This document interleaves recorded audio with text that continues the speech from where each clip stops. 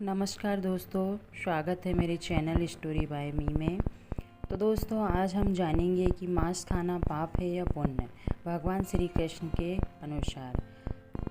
श्रोताओं, मांस खाने का चलन तो आदिकाल से ही चलता आ रहा है, लेकिन हमारे मन में हमेशा यह प्रश्न उठता है कि क्या मांस खाना पाप है कि नहीं। इस पर भगवान श्री कृष्ण ने क्या कहा, चलिए आज हम इस कहानी के माध्यम से जानते हैं। यह बात उस समय की है जब भगवान श्री कृष्ण बालक थे। एक बार में एक पेड़ के नीचे बैठे हुए थे कि उसी समय एक हिरण दौड़ता हुआ उनकी तरफ आया और उनके पीछे छिप गया। वह हिरण बहुत ही डरा हुआ था। भगवान श्री कृष्ण ने उसके सर पर हाथ फेरा और बोले, तुम्हें क्या हुआ है, तुम इस तरह चुप क्यों रहे हो। तभी उनका पीछा करते हुए एक शिकारी वहां आ पहुंचा। बोला, यह मेरा शिकार है, मुझे दे दो, इस पर मेरा अधिकार है। तब भगवान श्री कृष्ण ने कहा कि हर जीवित प्राणी पर उसका खुद का अधिकार होता है, ना कि किसी और प्राणी का। वह शिकारी क्रोध में बोला, यह मेरा शिकार है, कृपा करके यह मुझे दे दो, मुझसे बहस मत करो, मुझे जोरों की भूख लगी है, यह मेरी भूख को शांत करेगा। तब भगवान श्री कृष्ण बोले, किसी भी जीव को मारकर खाना पाप की श्रेणी में आता है। क्या तुम पाप के भागी बनना चाहते हो। मांसाहार पुण्य है या पाप, क्या तुम धर्म को नहीं जानते। तब वह शिकारी बोला, मैं तुम्हारे जितना शिक्षित तो नहीं कि यह जानूं कि मांसाहार पुण्य है या पाप, पर मैं यह जानता हूँ कि जीव को मारकर खाना, इसमें कोई हर्ज नहीं। मांसाहार से तो जीवों को जीव बंधन से मुक्ति मिलती है, फिर क्यों मांसाहार से मना किया जाता है।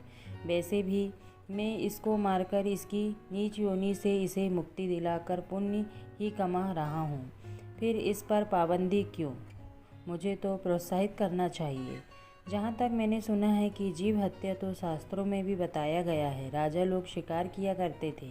वह ऐसे तमाम तर्क देते हुए भगवान श्री कृष्ण से पूछने लगा, फिर मांस खाना गलत क्यों है। चलिए आप ही बताइए कि मांस खाना पाप है या पुण्य। भगवान श्री कृष्ण समझ गए कि इसकी बुद्धि मांस खाने के कारण तामसिक हो गई है और इसे सोचने और समझने की बुद्धि खो दी है। भगवान श्री कृष्ण ने कहा कि चलिए मैं तुम्हें एक छोटी सी कहानी के माध्यम से बताता हूँ। आशा करता हूँ कि तुम्हारे सभी प्रश्नों के उत्तर मिल जाएंगे और तुम्हें समझ आ जाएगा कि मांस खाना पाप है या पुण्य। वह शिकारी सोचने लगा कि इसमें मेरा तो कोई घाटा नहीं है, इस कथा को मैं सुन ही लेता हूँ, मेरा मनोरंजन भी हो जाएगा और बाद में मुझे इसका मांस भी मिल जाएगा। तो भगवान श्री कृष्ण ने अपनी कथा शुरू की।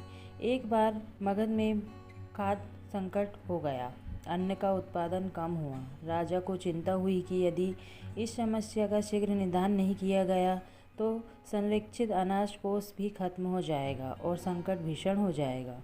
तो राजा ने अपनी राज्यसभा में पूछा कि देश की खाद्य समस्या को सुलझाने के लिए सबसे सस्ती वस्तु क्या है। मंत्रीगण सोच में पड़ गए। चावल, गेहूँ, आलू इत्यादि पदार्थों को उगाने के लिए बहुत श्रम करना पड़ता है।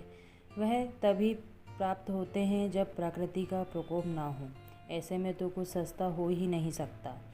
तभी शिकार का शौक रखने वाले एक मंत्री ने सोचा कि यही उत्तम अवसर है, क्यों ना अंधाधुंध शिकार के लिए राजा की अनुमति ले ली जाए। उसने सभा में कहा कि सबसे सस्ता खाद्य पदार्थ है मांस। इसके लिए धन का खर्च भी नहीं करना पड़ता है और पौष्टिक खाना भी मिलता है। सभी सम्मतों ने इस बात का समर्थन कर दिया, लेकिन मगध के प्रधानमंत्री अभी भी चुप थे। सम्राट ने पूछा, प्रधानमंत्री आप चुप क्यों हैं, आपने अपना मत क्यों नहीं दिया, आपका क्या मत है। प्रधानमंत्री ने कहा, मैं यह नहीं जानता कि यह कथन सही है कि मांस सबसे सस्ता पदार्थ है, पर फिर भी इस विषय पर मैं अपने विचार आपके सामने कल रखूँगा। प्रधानमंत्री उसी रात मांसाहार का प्रस्ताव रखने वाले सामंत के घर पहुँचे। सामंत ने इतनी देर रात प्रधानमंत्री को अपने घर आया देख तो वह घबरा गया। सामंत सोचने लगा, इतनी रात में प्रधानमंत्री ने यहाँ आने का क्या कारण हो सकता है। प्रधानमंत्री ने कहा, संध्या को महाराज बीमार हो गए। उनकी हालत बहुत ही खराब है। राजवेद ने कहा है कि किसी शक्तिशाली देह का 2 तोला मांस मिल जाए तो राजा के प्राण बचाए जा सकते हैं। आप महाराज के सबसे विश्वसनीय पात्र हैं, इसलिए आपसे योग्य कौन होगा। इसके लिए आप जो भी मूल्य लेना चाहते हैं ले सकते हैं। आप कहें तो इस काम के लिए मैं आपको 1 लाख स्वर्ण मुद्राएं भी दे सकता हूँ। एक बड़ी जागीर भी आपके नाम कर सकते हैं। बस आप अपनी इच्छा कहें। मैं कटार से आपके हृदय को चीरकर बस 2 तोला मांस निकाल लूँगा। यह सुनकर सामंत के चेहरे का रंग फीका पड़ गया। वह सोचने लगा, जब जीवन ही नहीं रहेगा तो लाख स्वर्ण मुद्राओं से मैं क्या करूँगा, और बड़ी जागीर भी किस काम की आएगी। शीघ्रता से अंदर भागा और अपनी तिजोरी में से 1 लाख स्वर्ण मुद्राएं लेकर आया।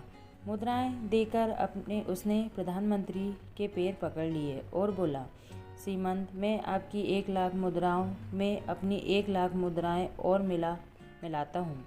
इस पैसे से आप किसी और सामंत के हृदय का मांस खरीद ले, किंतु मुझे जाने दे, यह बात किसी और को पता न चले। मैं आपसे आग्रह करता हूँ। प्रधानमंत्री जी यह सब समझ चुके थे। वह उसे थोड़ी और मानसिक पीड़ा देना चाहते थे। प्रधानमंत्री ने आगे कहा, सामंत, आप शरीर से बलिष्ठ हैं। आपकी कदकाठी महाराज से मिलती जुलती है, इसलिए राजवेद ने खास तौर पर आप ही का नाम लिया है। आपके दान के सहारे हमारे अच्छे राजा की ज़िंदगी बच सकती है। आप कहें तो मैं आपको प्रधानमंत्री का पद देने को तैयार हूँ और खुद आपका कर्मचारी बनकर रहूँगा, पर प्रजा से हमारे राजा न छीने। सामंत तो खस्ता हुआ दिख रहा था। उसने शरीर पर अंग वस्त्र रखकर अपने जूते भी पहन लिए। जैसे ही वह वहाँ से भागने वाला था, वह तुरंत प्रधानमंत्री के पैरों में लेट गया। उसने याचना की कि प्रधानमंत्री, मैं इसके योग्य नहीं हूँ। जब प्राण ही नहीं रहेंगे तो प्रधानमंत्री पद का या राजा का सिंहासन भी मिल जाए तो मैं उसका क्या करूँगा। आप चाहे तो मेरा सब कुछ ले ले, पर मेरे प्राण न ले। मैं अपना ये भवन और सारा धन आपको सौंपता हूँ। रातों रात राज्य से निकल जाऊँगा। इतना कहकर वह अपने घोड़े की ओर भागा। रुककर सामंत बोला, प्राण से प्रिय कुछ भी नहीं है। जब जीवन ही नहीं रहेगा तो कुटुंब का क्या करूँगा। जीवन रहा तो ऐसे ही सुखी रह लूँगा। इतना कहकर घोड़े पर छलांग लगाकर बैठ भी गया। वह अभी चलने को ही था कि प्रधानमंत्री ने घोड़े की साख पकड़ ली। वह सामंत से बोले, भागने की ज़रूरत नहीं है। आप आराम से घर पर ही रहो। मैं किसी और का प्रयास करता हूँ। यह कहकर प्रधानमंत्री वहाँ से चले गए। प्रधानमंत्री के वहाँ से जाने पर सामंत के अंदर कुछ जान तो आई, परंतु बेचैनी बनी रही। उसकी नींद खराब हो चुकी थी। मुद्राएं लेकर प्रधानमंत्री बारी बारी से सभी सामंतों के घर पहुँचे और सभी ने राजा के लिए हृदय का 2 तोला मांस मांगा, परंतु कोई भी राजी ना हुआ। सबने अपने बचाव के लिए प्रधानमंत्री को लाख और 5 लाख मुद्राएं दे दी। इस प्रकार प्रधानमंत्री ने एक ही रात में करोड़ों स्वर्ण मुद्राएं जमा कर ली। फिर सुबह होने से पहले ही अपने महल में पहुंच गया। अगले ही दिन राजसभा में सभी सामंत समय से पहले ही पहुंच गए। सभी यह जानना चाहते थे कि राजा स्वस्थ है कि नहीं, लेकिन कोई भी किसी से भेद नहीं खोलता था।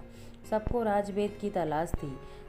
उनसे ही उन्हें कुछ सूचना मिल सकती थी। प्रधानमंत्री ने सैनिकों को आज्ञा दे रखी थी कि जब तक महाराज राजसभा में न आए किसी भी सामंत को भी महल से बाहर जाने की आज्ञा नहीं है। राजसभा में अपनी चिर परिचित गति से आए और अपने सिंहासन पर आकर बैठे।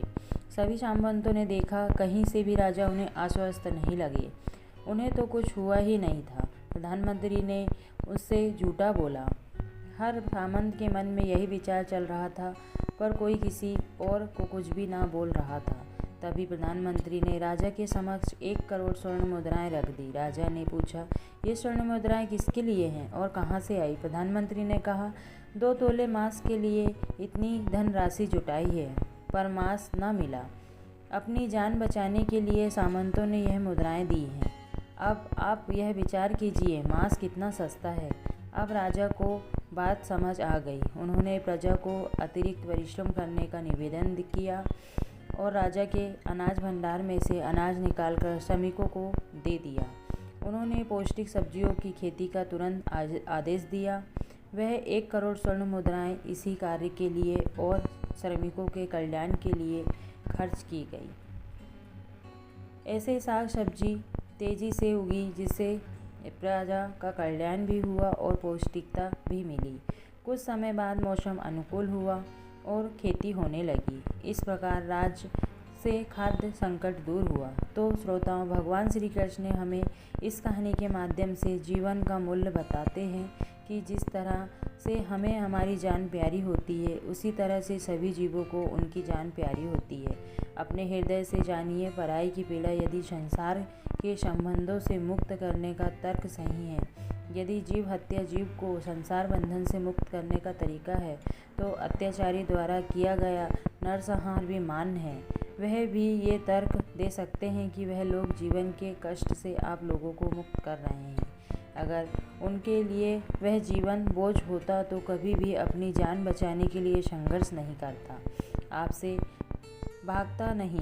जो आपके सामने असहाय हो जाता है उसे प्राण गंवाने पड़ते हैं। जिन जीवों को मारकर आप खा रहे हैं उन्हें तो प्राण बचाने का अवसर भी नहीं मिलता। आप सिर्फ वही नहीं हैं जहाँ सिर्फ मानव का रक्त बहता है, आप उसे भी कहा जाता है जहाँ स्वार्थ के लिए किसी भी जीव हत्या कर दी जाए। हम अंत समय में जिंदगी भर के पापों के लिए जिंदगी भर को सुकर्म करने की कोशिश करते हैं, परंतु हम यह भूल जाते हैं कि जब वह जीव हमारे लिए काटा गया और हमारे लिए तड़पा, उसका श्राप हमें किस जीवन में नहीं बल्कि अगले जीवन तक नहीं छोड़ता। परमात्मा से यह ज्ञान पाकर शिकारी परिपूर्ण हो गया और उसे ज्ञान की प्राप्ति हो गई और वह जान गया कि महानता जीवन लेने से नहीं बल्कि जीवन देने में है। शिकारी भगवान के आगे हाथ जोड़कर वहाँ से चला गया और उसने प्रण लिया कि वह अपने जीवन में अब कभी भी मांस नहीं खाएगा। अगर आप लोगों को यह कहानी पसंद आई है तो वीडियो को लाइक ज़रूर करें और इसे शेयर भी करें और इसी तरह की वीडियोस और कहानियों देखने के लिए हमारे चैनल को सब्सक्राइब करना ना भूलें। वीडियो देखने के लिए आपका बहुत बहुत धन्यवाद।